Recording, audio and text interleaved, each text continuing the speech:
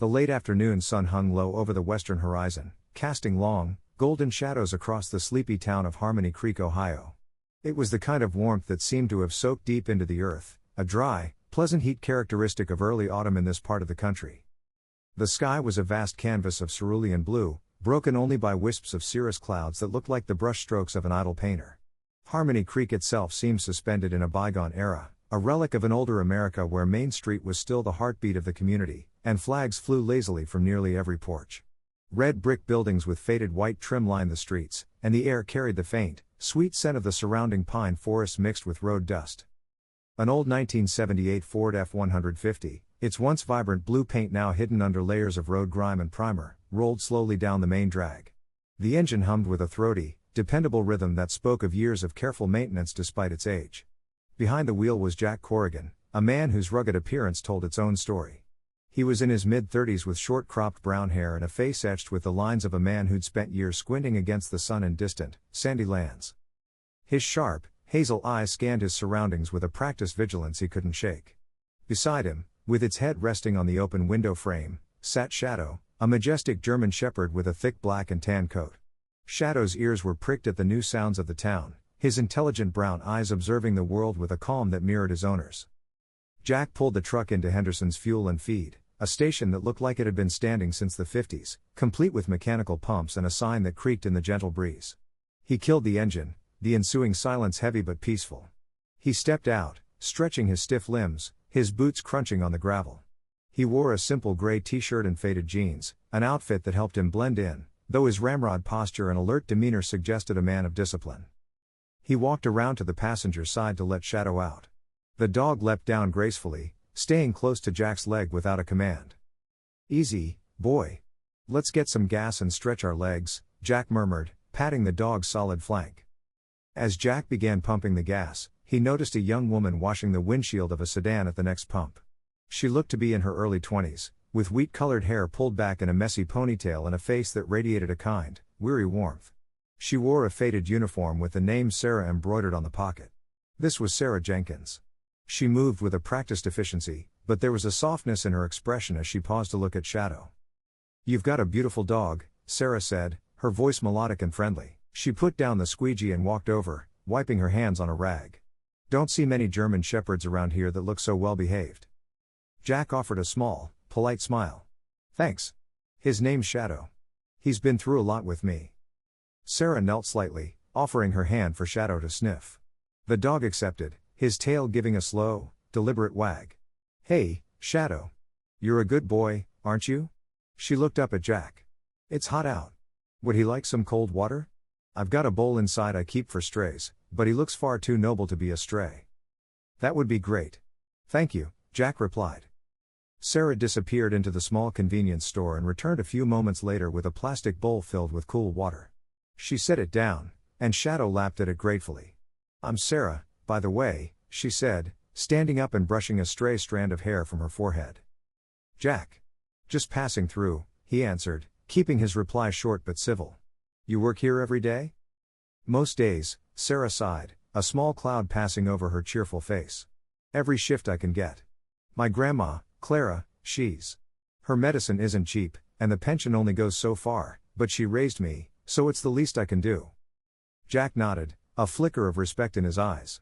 He recognized that tone, the quiet determination of someone fighting for someone else. That's honorable. Not many people would work that hard without complaining. "Oh, I complain sometimes," Sarah chuckled lightly. "But she's worth it. She tells the best stories about this town. Says it used to be even quieter, if you can believe it." The conversation was simple, grounded in the shared humanity of a quiet afternoon. It was a moment Jack had been searching for, a respite from the noise and chaos of his past life. The peace of Harmony Creek, however, was fragile. Just as the gas pump clicked off, the low rumble of high-performance engines shattered the quiet. The sound escalated quickly from a distant hum to an aggressive snarl. Jack instinctively stiffened, his hand hovering near his belt before he consciously lowered it to his side. A convoy of 3 flashy sports cars, a red convertible, a neon green coupe, and a sleek black sedan, screeched into the gas station, kicking up a cloud of dust and gravel. They took up an obnoxious amount of space, blocking the exit for a rusted-out sedan driven by an elderly couple. The doors flew open and a group of young men spilled out. They wore designer clothes that looked out of place in the dusty town, expensive sunglasses, and an air of entitlement that was almost palpable. The driver of the red convertible, a tall, lean man with bleached blonde hair and a permanent smirk etched on his face, slammed his door shut. He didn't look at anyone. Instead, he cranked the volume on his car stereo. Heavy bass throbbed through the air, vibrating the windows of the gas station and drowning out the ambient sounds of the town. Yo, we need a full tank of premium, and make it snappy, the blonde man yelled toward the store, ignoring Sarah who was standing right there. And bring out some energy drinks, the good kind, not whatever local trash you've got.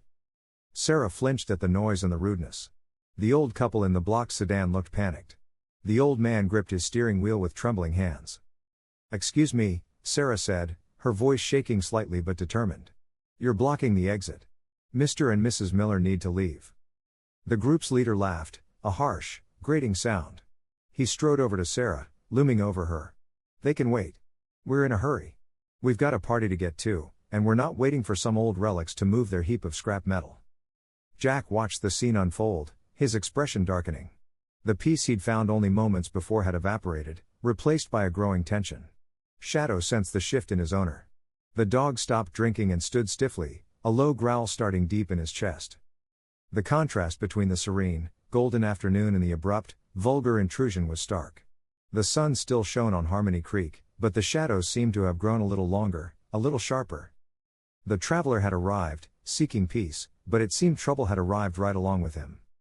The vibration from the bass in the red convertible seemed to rattle the teeth of the old gas pumps, creating a jarring dissonance against the serene backdrop of Harmony Creek. The late afternoon sun, which had previously cast a warm and inviting glow, now felt oppressive, glaring off the polished chrome and custom paint of the sports cars. Dust motes danced frantically in the air, stirred by the convoy's aggressive arrival, settling on the sweaty skin of the locals who were watching with a mixture of curiosity and apprehension. Sarah Jenkins, usually a picture of calm grace, felt her hands tremble as she reached for the premium gas nozzle. The pressure of the situation was suffocating. The driver of the red car, the blonde man who had yelled earlier, was watching her with a hawk-like intensity that made her skin crawl. This was Trent Vogel. He was the epitome of pampered wealth, dressed in a white linen suit that cost more than most people in town made in a year, and Italian leather loafers that had never touched a dirt road.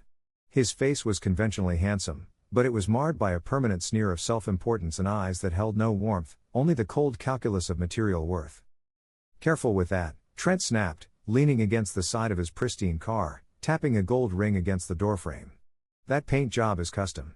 You scratch it, you buy it. And trust me, sweetheart, you can't afford a single lug nut on this ride." Sarah nodded nervously, mumbling an apology she didn't know.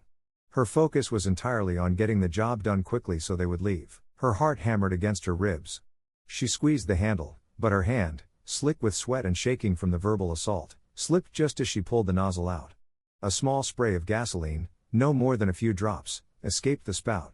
It didn't land on the paint, but near the wheel well, though a single drop might have grazed the pristine fender. The reaction was immediate and disproportionate. Trent pushed himself off the car as if he'd been shot, his face contorting into an ugly mask of rage. "Are you blind?" he screamed, his voice cracking with fury. "Look what you did, you stupid, clumsy hick. Do you have any idea what that does to the clear coat?" The sudden explosion of noise drew the attention of everyone at the station. From the back of a black SUV that had followed the sports cars, a mountain of a man emerged.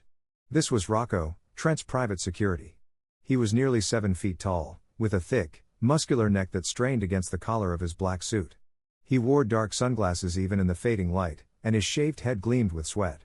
He didn't speak. He just crossed his arms and scanned the area, a silent threat to anyone who might think of intervening. Inside the garage bay, Gus, the town's old mechanic in grease-stained coveralls with a wrench in his hand, took a step forward, his protective instincts rising for Sarah, whom he'd known since she was a toddler.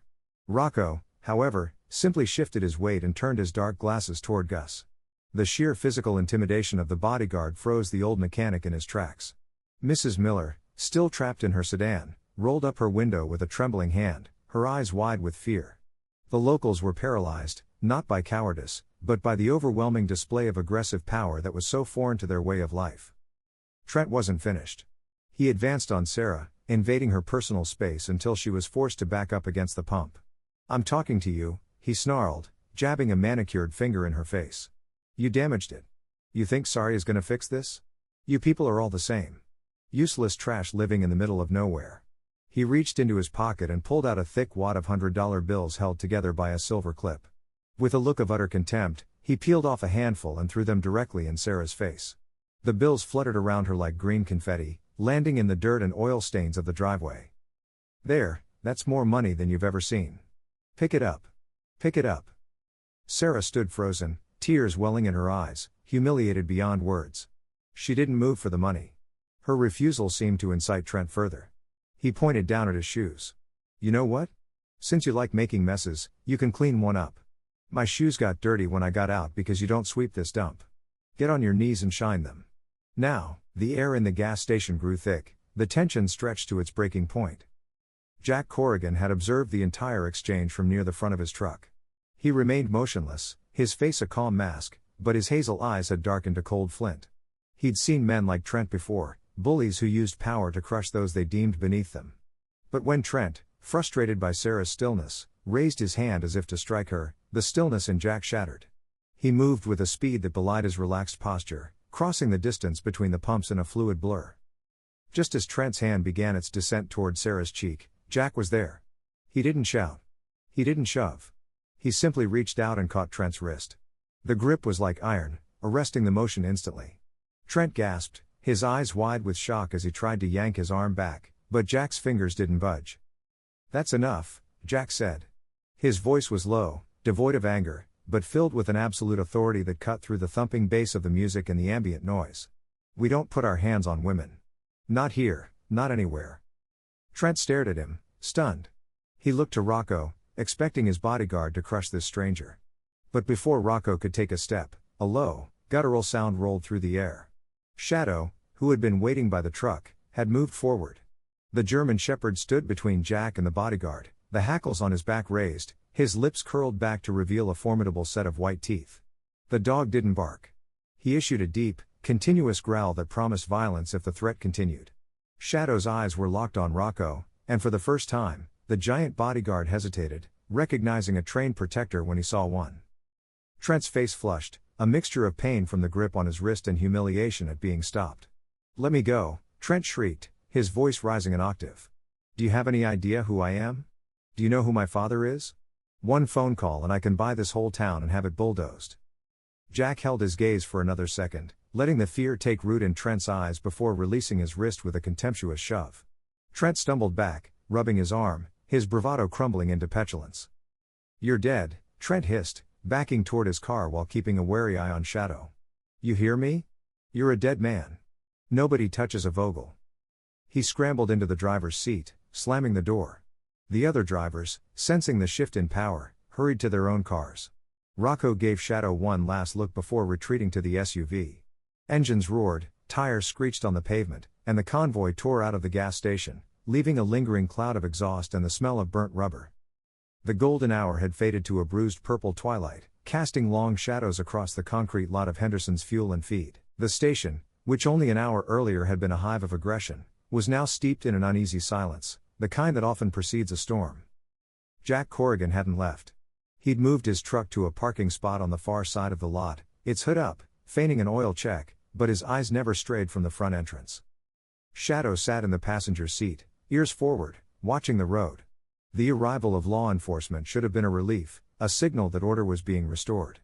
But as the black and white patrol car rolled into the lot, Jack felt a knot of suspicion tighten in his gut. The car didn't arrive with lights and sirens. It coasted in like a shark, sensing blood. The door opened and Sheriff Dale Cobb stepped out. He was a man who wore his weight poorly, his tan uniform straining at the buttons around his middle, a wide-brimmed hat casting a shadow over a florid, sweating face. He had the look of a man who enjoyed the perks of his office more than the responsibilities. He didn't look at Jack or the scene of the incident. He walked straight into the office, his heavy boots echoing with authority. Jack lowered the hood of his truck quietly and wiped his hands on a rag, moving closer to the open garage bay to listen. He could hear raised voices inside, not an argument, but a one-sided command. Through the plate glass, he saw Mr. Henderson, the station's owner, a balding man with a kind face but a spine made of chalk, wringing his hands anxiously. Sheriff Cobb was leaning over the counter, jabbing a thick finger at Henderson, then gesturing aggressively toward Sarah, who stood by the cash register, looking small and defeated. The conversation was muffled, but the body language was clear. A few minutes later, the sheriff emerged, hitched up his gun belt, and shot Sarah one last contemptuous look before getting back in his patrol car and driving away, without once asking for a witness statement. Sarah walked out of the office a moment later. She was no longer in her uniform. She wore a simple floral blouse and jeans, carrying a cardboard box filled with a few meager personal effects.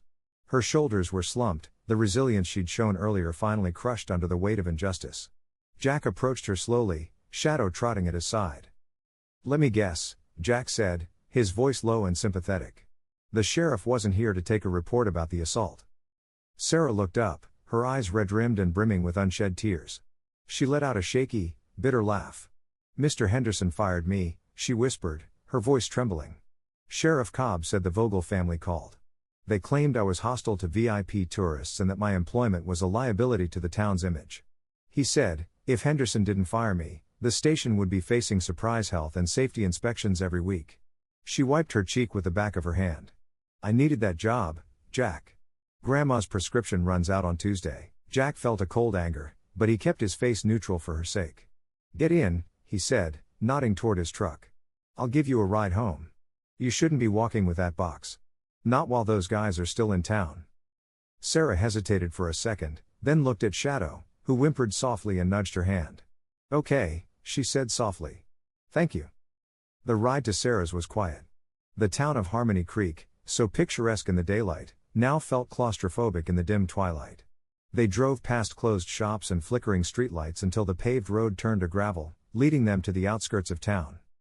Sarah's home was a small, single-story house with white siding that had grayed with age. The porch sagged slightly to the left and the roof was patched in several places, but the yard was immaculately kept.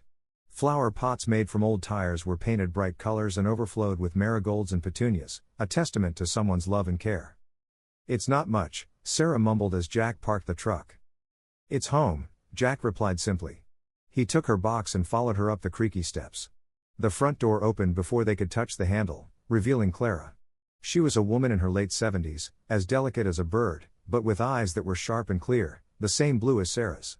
She wore a knitted shawl over her shoulders and leaned on a cane, but her smile was warm enough to light up the darkening porch. "Heard a truck that didn't sound like Gus's," Clara said, her voice raspy but full of spirit. She looked from Sarah to Jack and then to the box in Jack's hands. Her smile faltered slightly, replaced by a look of knowing concern, but she didn't ask right away. "And who is this handsome gentleman with his wolf?" she asked, gesturing to Shadow. "This is Jack, Grandma," Sarah said, forcing a cheerful tone. "And Shadow. They gave me a ride home." Clara stepped back, holding the door wide. "Well, don't just stand there letting the mosquitoes in. Come on inside. I've just set the table for stew, and Lord knows I always make too much for two." The interior of the house was like stepping into a time capsule. It smelled of lavender, old paper, and a rich beef stew. The furniture was mismatched and old, covered with crocheted doilies, and the walls were lined with framed photos of people long past. It was cozy, safe, and undeniably poor, but it held a richness of spirit that Jack hadn't felt in years. Dinner was a simple affair, but to Jack it felt like a feast. The stew was thick and hearty, served with crusty bread. Clara sat at the head of the small round table, asking Jack about his travels, listening with genuine interest, while Shadow dozed contentedly on a rug near the hearth. For a brief hour, the ugly events at the gas station seemed to fade away. Jack watched the way Sarah tended to her grandmother, refilling her water glass and cutting her bread, and he saw the deep, unbreakable bond between them. It was a stark contrast to the sterile, tactical world he had inhabited for so long. "You have kind eyes, Jack," Clara said suddenly, breaking a lull in the conversation. "Sad, but kind. Takes a good man to stop for a stranger." Jack looked down at his plate, unaccustomed to such direct praise. "I just did what anyone would have, ma'am." Clara shook her head slowly. "No, son. Most people these days would have just driven on by. You didn't." The warm, safe bubble was shattered in an instant. A deafening crash echoed through the small house as the front window imploded inward. Shards of glass sprayed across the wooden floor, glittering like wicked diamonds in the lamplight. Clara cried out, covering her head, and Sarah dropped her spoon, frozen in horror. Jack was out of his chair before the first piece of glass hit the floor. He lunged toward Sarah and Clara, shielding them with his broad frame as a heavy object skittered across the floor and came to rest at the foot of the sofa. Shadow was instantly on his feet, barking a ferocious, resounding warning at the broken window, his body tense and ready to spring. "Get down," Jack commanded, his voice instantly shifting into combat mode. He waited a beat, listening for further movement, for footsteps, a second throw, a gunshot, but there was only the sound of a car engine revving and speeding off into the night. Jack slowly raised his head, checking that the two women were unharmed. Sarah was trembling, holding her grandmother's hand. Jack got to his feet, crunching over the glass, and approached the object on the floor. It was a red brick, coarse and heavy. Wrapped around it with a thick rubber band was a piece of heavy, expensive paper, hotel letterhead. Jack pulled the paper free and unfolded it. The message was scrawled in black marker, the handwriting jagged and angry. "Get out of town or we'll bury you. Nobody says no to a Vogel." Jack stared at the paper, his jaw tightening until a muscle leapt in his cheek. This was no longer a spoiled kid throwing a tantrum. This was a calculated campaign of terror against two defenseless women. He looked back at Sarah, who was sobbing while holding her terrified grandmother, and then at the gaping hole in the window where the sanctity of their home had been violated. The traveler had intended to keep moving, to just keep driving until the road ran out, but as he crumpled the note in his fist, Jack knew he wasn't going anywhere. The war had just come to Harmony Creek, and he was the only one who knew how to fight it. The echo of shattering glass seemed to linger in the small house long after Jack had swept up the fragments. He'd found a sheet of plywood in a back shed and nailed it over the broken window, the rhythmic hammer blows sounding like a grim heartbeat in the quiet night. Sarah and Clara sat at the kitchen table, clutching warm mugs of tea, their faces pale. Jack finished his repairs and turned to them, his demeanor completely changed. The drifter was gone. The soldier had taken his place. He moved with a calculated economy of motion, checking the locks on the front and back doors, reinforcing the flimsy latch on the rear entrance with a block of wood he fashioned from a scrap block. He wasn't panicking. He was methodical, a professional securing a perimeter. When Sarah suggested he should leave to avoid more trouble, Jack just shook his head. "I don't run from a fight," he told her, his voice even and low. "And I sure as hell don't abandon people. I'm staying until this is over."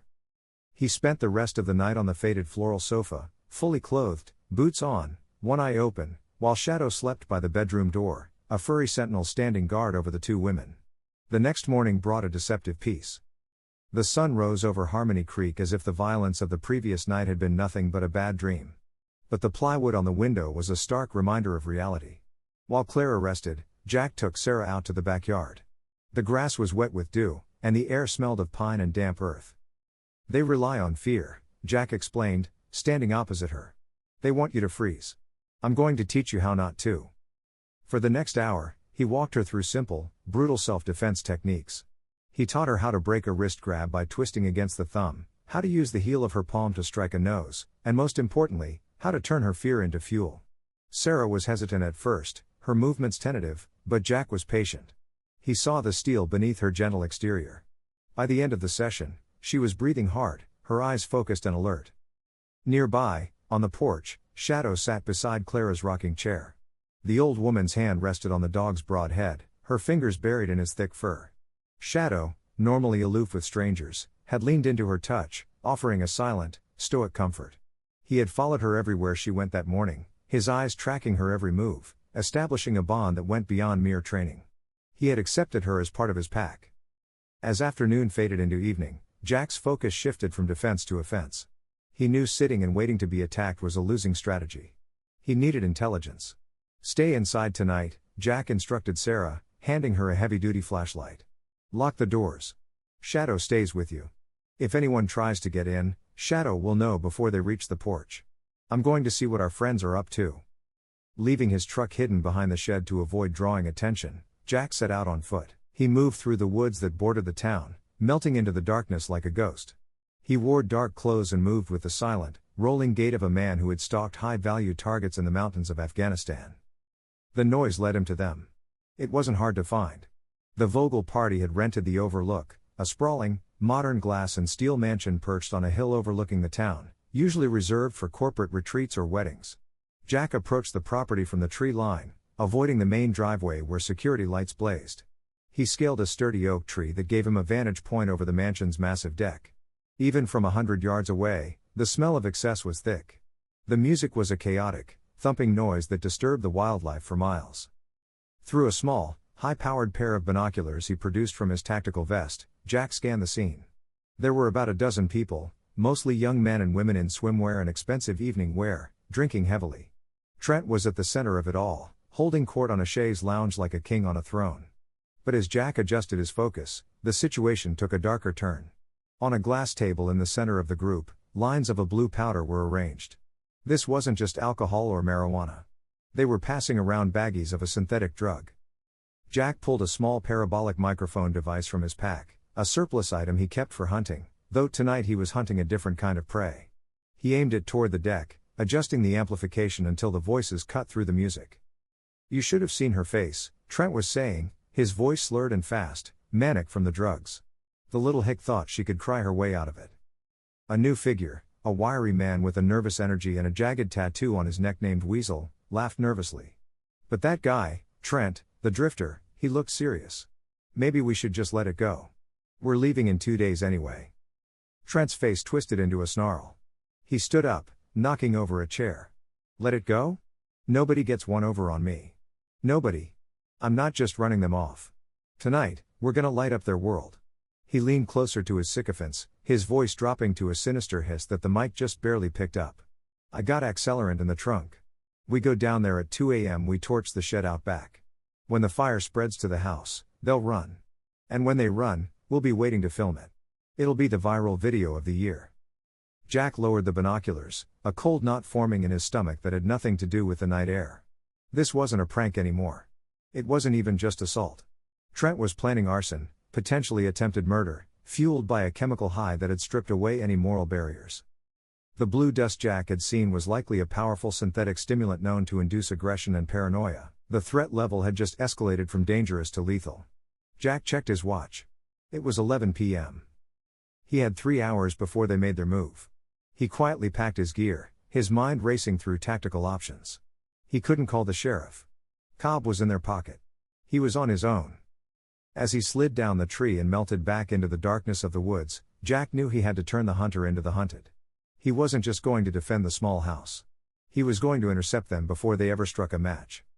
The digital clock on Sarah's microwave read 1:45 a.m. The house was steeped in a heavy, waiting silence, broken only by the rhythmic ticking of the cooling wood stove and the soft breathing of Clara, who had finally drifted into a fitful sleep in the back room. Jack Corrigan sat in the darkened living room, his silhouette blending into the shadows. He wasn't sleeping. He was in a state of active rest, his senses tuned to his environment. Shadow lay at his feet, his ears occasionally swiveling toward the road.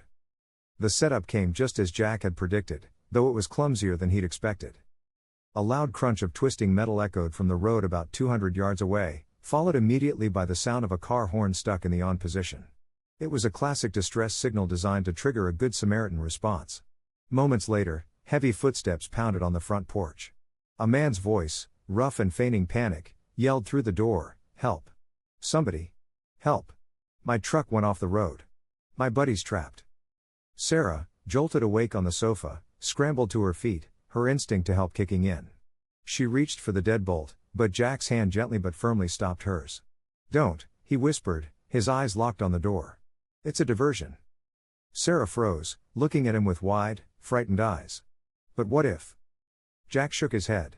"No skid marks. I didn't hear brakes before the crash, just the impact. They pushed a car into the ditch." He turned to Shadow. "Shadow, watch." The command was soft but absolute. The German Shepherd rose, his posture stiff, and moved to position himself between Sarah and the back hallway that led to Clara's room. Jack checked his watch. "I'm going out there. They're expecting me to come running out blind. I'll give them what they want, but on my terms. Lock this door behind me. Don't open it for anyone but me. If they get in, let Shadow handle it." Jack slipped out the back door, melting into the darkness of the yard. Instead of running toward the crash on the main road, he circled through a neighbor's overgrown orchard, flanking the position. As he neared the roadside ditch, he saw the setup. An old sedan had been rammed into a drainage culvert, its horn blaring into the night. 3 men were waiting in the shadows of an alley formed by 2 nearby abandoned storefronts. It was clearly the ambush point. These weren't college kids, these were hired muscle. Leading them was a man who looked like he was carved from raw granite.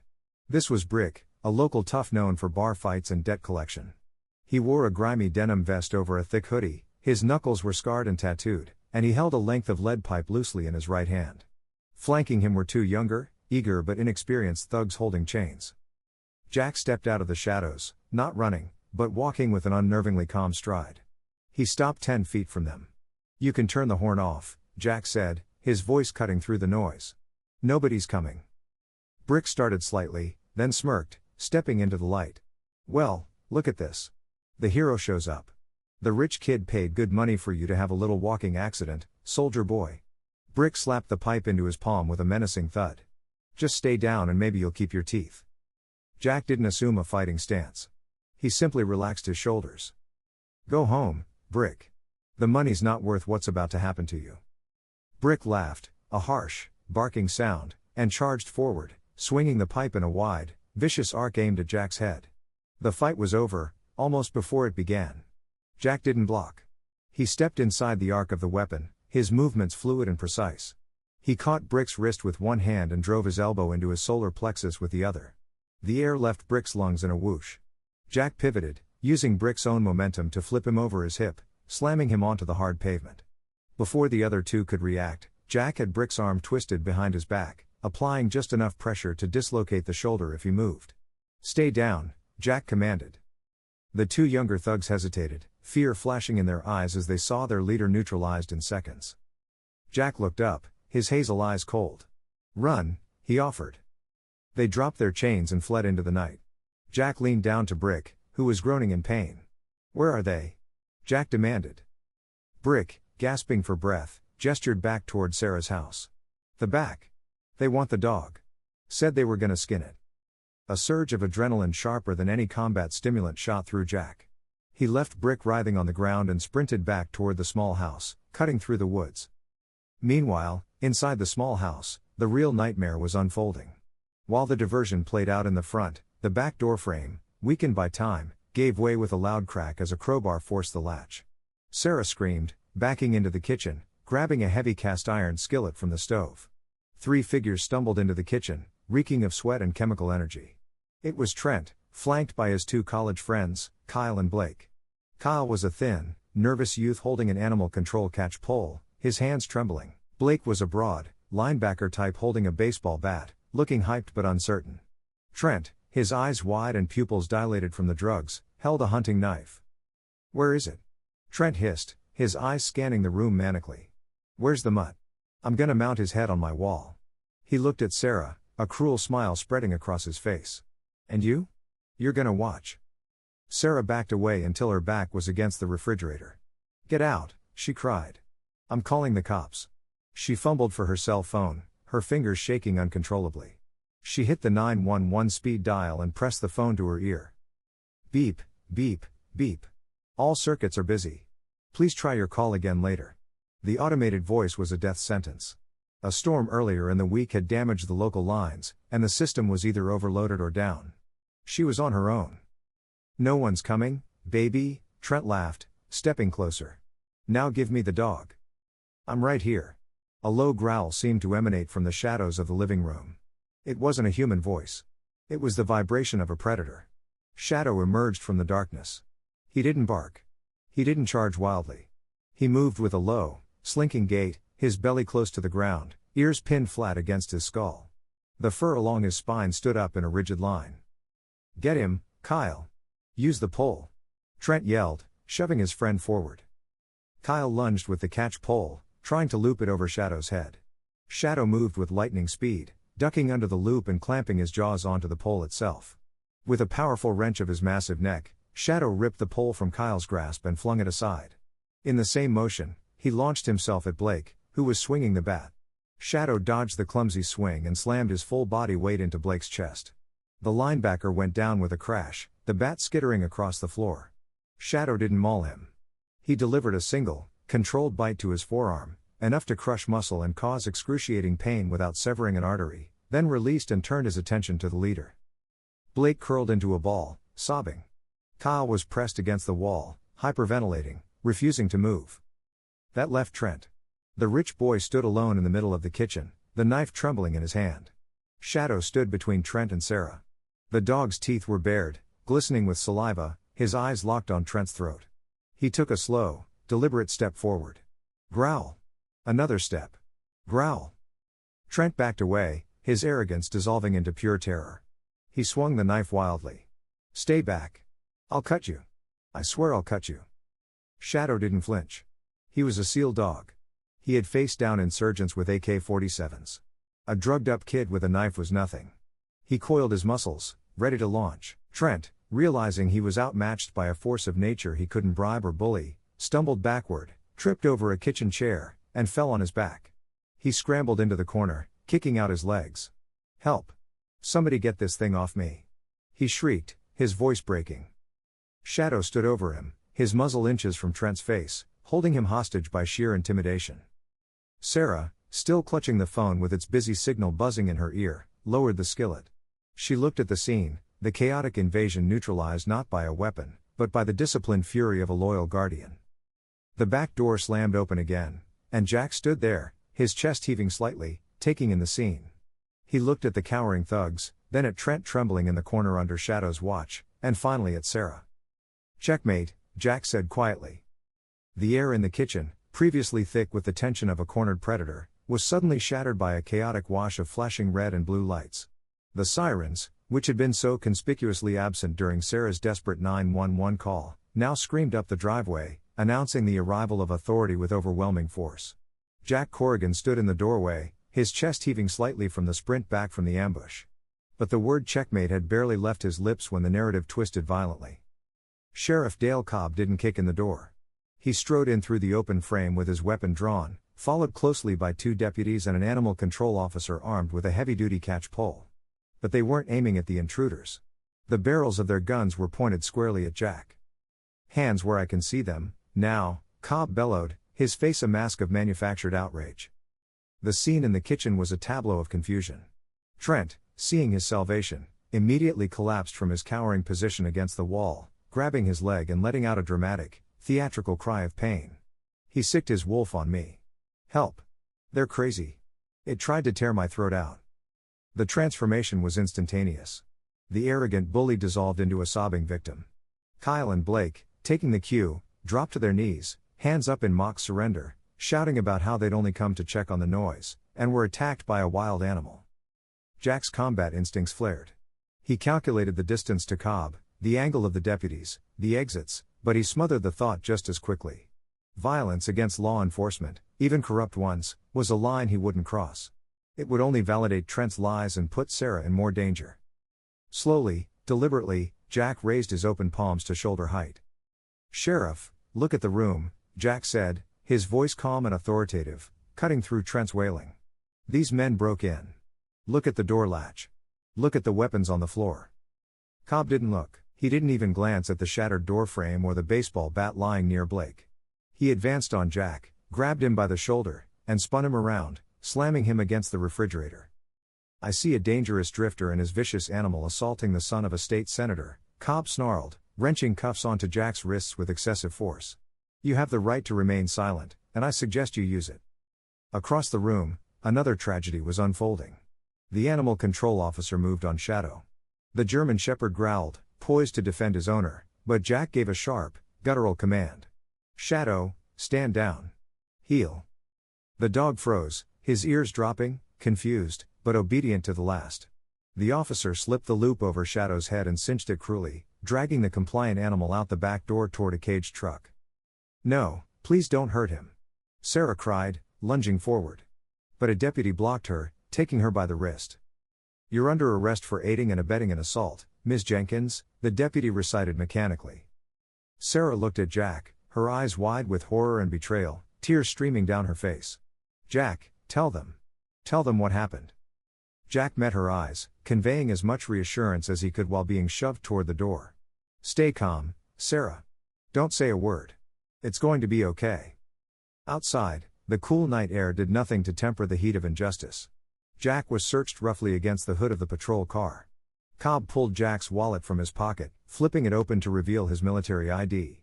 He paused for a fraction of a second, his flashlight beam illuminating the rank of lieutenant commander and the SEAL Trident insignia.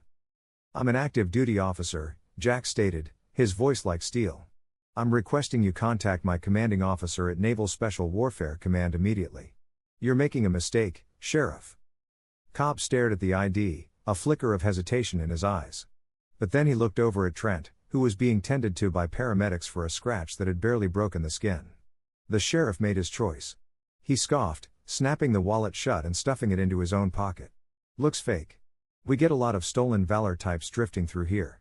You can make your phone call from a cell, Commander. He confiscated Jack's phone as well, tossing it into an evidence bag. The ride to the station was silent, the back of the patrol car smelling of stale coffee and disinfectant. The Harmony Creek Sheriff's Department was a small brick building that looked more like a bunker than a place of public service. Jack was processed with humiliating thoroughness, fingerprinted, photographed, and stripped of his belt and shoelaces before being shoved into a holding cell. Sarah was placed in a separate cell down the hall. Jack could hear her quiet sobs, a sound that nurtured a cold, hard rage in his chest. He sat on the metal bench, closed his eyes, and replayed the events, reorganizing his mind. He wasn't trapped. He was simply in a new operational theater. An hour later, the heavy steel door to the cell block opened. The sound of expensive dress shoes echoed on the concrete floor.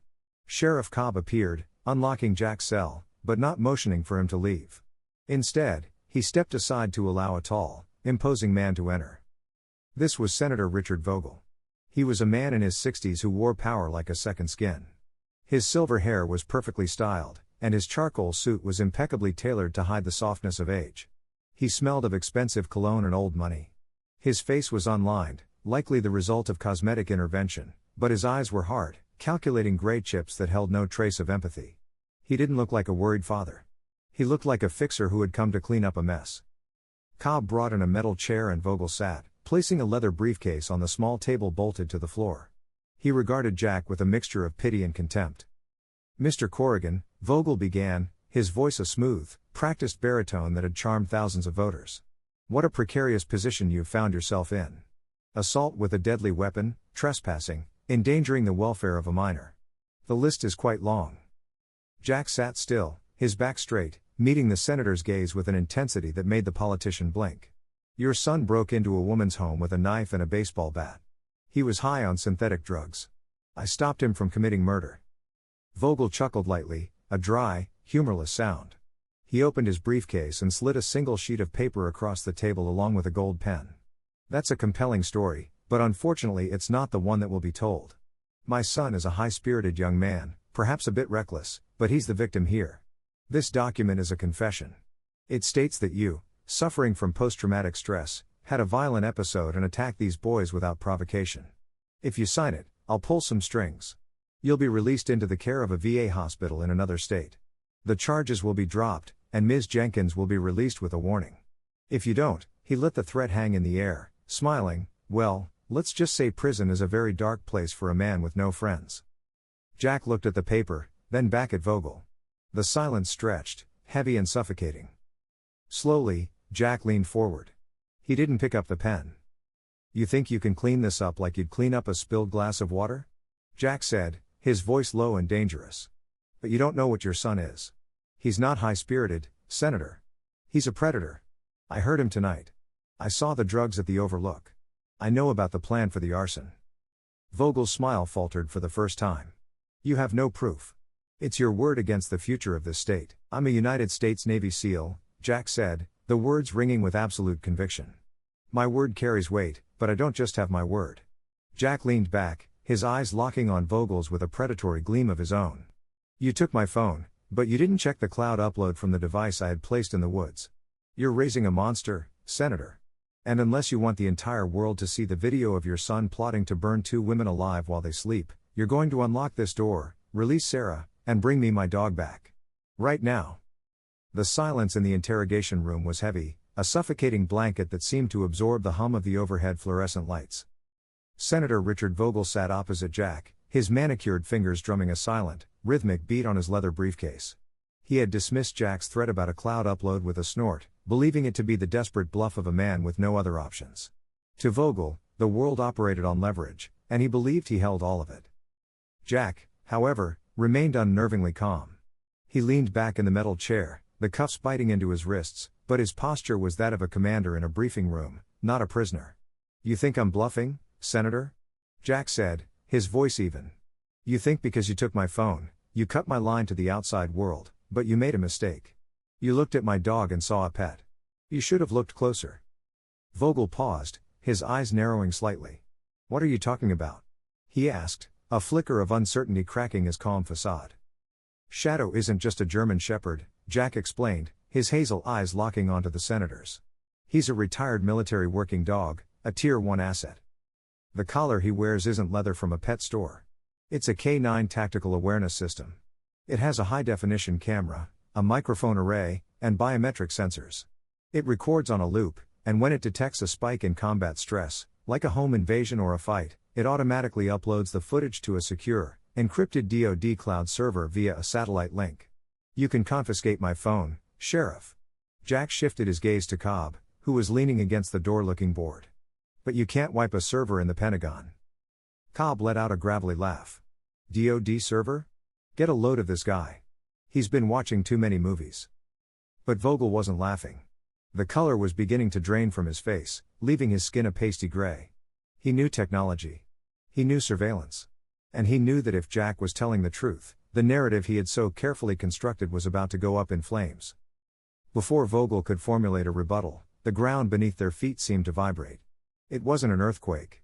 It was the heavy, rhythmic rumble of heavy-duty engines idling outside, followed by the distinct sound of synchronized boots hitting pavement. The front door of the sheriff's station didn't just open.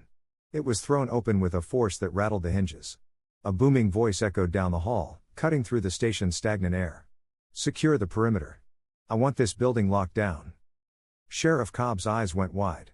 He half drew his weapon, yelling, "Hey, you can't just barge in here," and stormed out of the interrogation room into the main lobby. Jack permitted himself a grim smile. He knew that voice. It belonged to Colonel Marcus Steeljaw Thorne. A few moments later, the interrogation room door was shoved open again, but this time, Cobb was walking backward, hands raised, his face pale. Entering the room was Colonel Thorne, a man who looked like he was hewn from granite. He was in his 50s with a salt and pepper flat top and a jagged scar that ran from his jawline to his neck, a souvenir from a deployment in Fallujah. He wore his full U.S. Army dress uniform, complete with a chest full of ribbons, and he exuded an aura of absolute, unshakable command.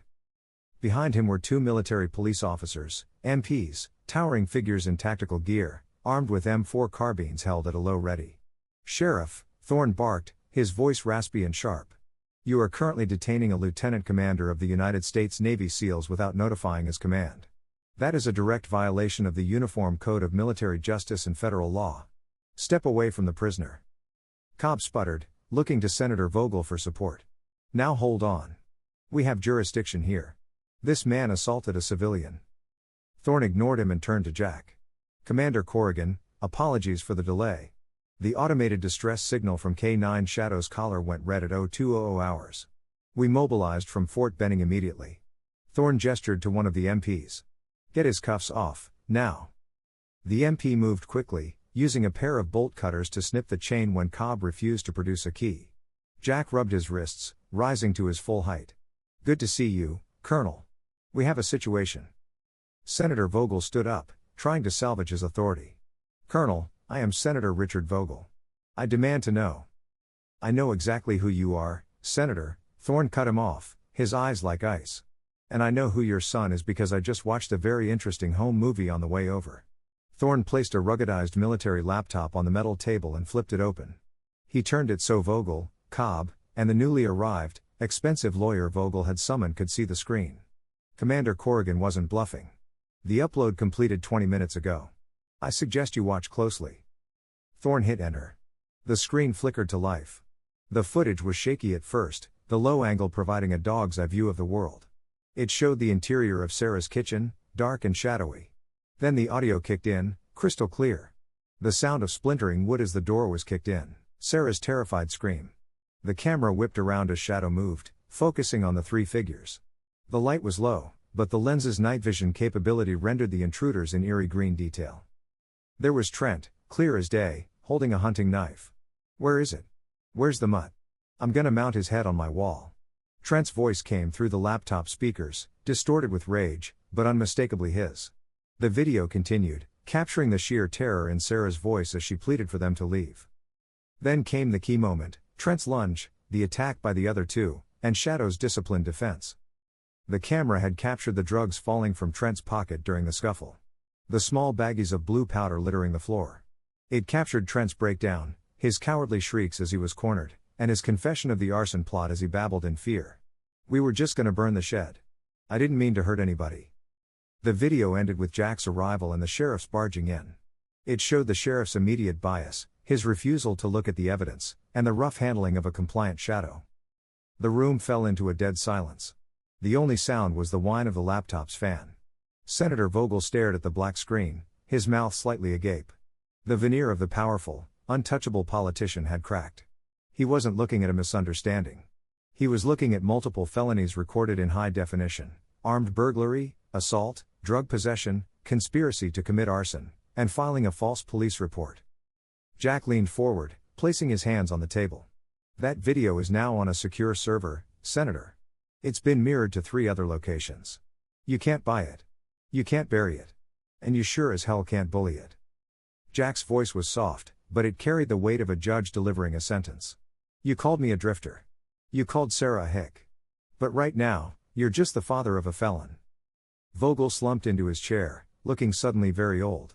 He looked at his lawyer, who simply closed his notepad and shook his head, signaling there was no defending this. Sheriff Cobb, realizing his career had effectively ended, retreated into the corner, trying to make himself invisible. "Colonel," Jack said, turning to Thorne. "I want my dog back, and I want Ms. Jenkins released immediately. All charges dropped." "It's already done, Commander," Thorne replied with a decisive nod. "The MPs are retrieving the K-9 from animal control as we speak, and I have a military judge advocate on the line who is very interested in discussing civil rights violations with Sheriff Cobb." The rescue was complete, not with bullets, but with the undeniable, glaring light of the truth. Jack walked out of the interrogation room, leaving the senator in the wreckage of his own arrogance. He stepped into the main lobby just as Sarah was being led out of her cell. She looked tired and frightened, but when she saw Jack, free and surrounded by soldiers who treated him with reverence, her relief broke in a fresh wave of tears. She didn't have to ask if it was over. The way Jack held himself told her everything. The nightmare had ended, and the sun was about to rise on a very different Harmony Creek. The first rays of sun that broke over the eastern ridge of Harmony Creek didn't just chase away the night. They seemed to cleanse the town of a grime that had been gathering for years. The air was crisp, carrying the scent of dewy grass and the promise of a fresh start. Outside the sheriff's station, the scene was one of controlled chaos. This time, however, justice was the architect. The arrival of the state police, coordinated by Colonel Thorne, had completely altered the landscape. Captain Miller, a grim officer with a jaw like a cliff face and eyes that missed nothing, had taken command of the scene. He stood at the entrance, watching as his troopers escorted a handcuffed Trent Vogel and his 2 accomplices into the back of a state transport vehicle. Trent was no longer the swaggering prince of the town. He was sobbing, his designer clothes rumpled, looking exactly like the scared child who had played a game he didn't understand. The video from Shadow's collar had been reviewed by the district attorney, and the charges were non-negotiable. Inside the station, the dismantling of the old power structure was swift and brutal.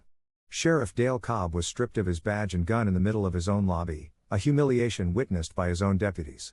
He was suspended pending a federal investigation into corruption and obstruction of justice. But the most crushing blow landed on Senator Richard Vogel. As he walked out of the station to his waiting car, he was greeted not by a deferential driver, but by a flock of news vans that had descended on the town like vultures. The footage had been leaked, as digital things so often are, and the image of his son threatening to burn down a house, coupled with the senator's attempted cover-up, was playing on every morning news channel in the country.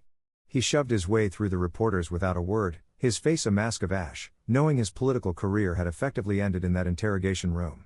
He resigned 48 hours later, citing personal family health, a euphemism that fooled no one. For Sarah Jenkins, the dawn brought a different kind of shock. She sat on her front porch, wrapped in a blanket, watching Shadow chase a stick in the yard. The fear that had gripped her for days was gone, replaced by a surreal sense of peace. Later that afternoon, a representative from the Vogel family's legal team, a different lawyer, this one humbled and apologetic, arrived at the small house. He offered a settlement, a substantial sum meant to cover emotional distress and property damage in exchange for avoiding a civil suit. It was an admission of guilt in all but name. Sarah stared at the check. It was enough to fix the window, fix the roof, and pay for Clara's medicine for the next 5 years. It was enough to dream again. "I'm not just going to fix the house," she told Jack as they sat in the kitchen later, sharing a pot of coffee. "I'm going to open that little grocery store I always talked about. A place where locals can get fresh produce without having to drive into the city. A place where people are treated with respect." Jack smiled, a rare, genuine expression that reached his hazel eyes. "That sounds like a good plan, Sarah. The town needs that." He looked around the small kitchen, which no longer felt like a besieged fortress, but a home once more. "You'll be okay here." Clara, who had been listening from her rocking chair, beckoned Jack over. Her hand, gnarled with age but warm and steady, took his large, calloused one. "You're leaving, aren't you?" she asked softly. Jack nodded. "The road's calling, ma'am. Me and Shadow. We don't stay in one place too long." Clara pulled him down so she could kiss his cheek. "You came to us a stranger, but you leave as family. You're a guardian angel, Jack Corrigan. Don't let anyone tell you different. And that dog of yours, he's got a soul as big as this country." Shadow, hearing his name, trotted over and rested his head on Clara's knee, allowing her to scratch behind his ears one last time. The departure was set for late afternoon. Jack packed his gear into the Ford F-150, the old truck looking eager to be back on the highway. He checked the oil, secured his toolbox, and whistled for Shadow. Sarah stood by the gate, her arms crossed to keep from trembling. "I don't know how to thank you," she said, her voice thick with emotion. "You saved our lives." "You saved your own," Jack answered, opening the driver's side door. "I just evened the odds." He climbed in and started the engine. The V8's rumble was a familiar comfort. "Take care of yourself, Sarah, and keep an eye on Mrs. Miller. She drives like a maniac." Sarah laughed through her tears, waving as the blue truck rolled down the gravel path. Jack had intended to slip out the back way to avoid any fanfare, but Harmony Creek had other ideas. When he turned onto Main Street, he saw them. It started with Mr. Henderson at the gas station, who stopped pumping fuel and stood at attention, removing his cap. Then, further down the road, Gus the mechanic stood outside his shop, wiping grease from his hands and giving a thumbs up. But it wasn't just them. The sidewalks were lined with people. Word of what the drifter had done, how he had stood up to the Vogels and protected one of their own, had spread through the town like wildfire. Near the edge of town, a group of men stood in a line. They were the town's veterans. There was Mr. Abernathy, a 90-year-old World War II veteran in a wheelchair, wearing his faded VFW cap and saluting with a trembling but proud hand. Next to him stood a Vietnam vet with long gray hair and a leather vest holding a small American flag. They didn't cheer. They didn't shout. They simply stood witness in silence, offering the highest respect one soldier can give another. Recognition. Jack slowed the truck to a crawl. He didn't wave like a celebrity. He simply nodded, a slow, solemn dip of his head, acknowledging the brotherhood of soldiers. He saw the respect in their eyes, the recognition that he was one of them, a protector who walked a lonely road so others could sleep in peace.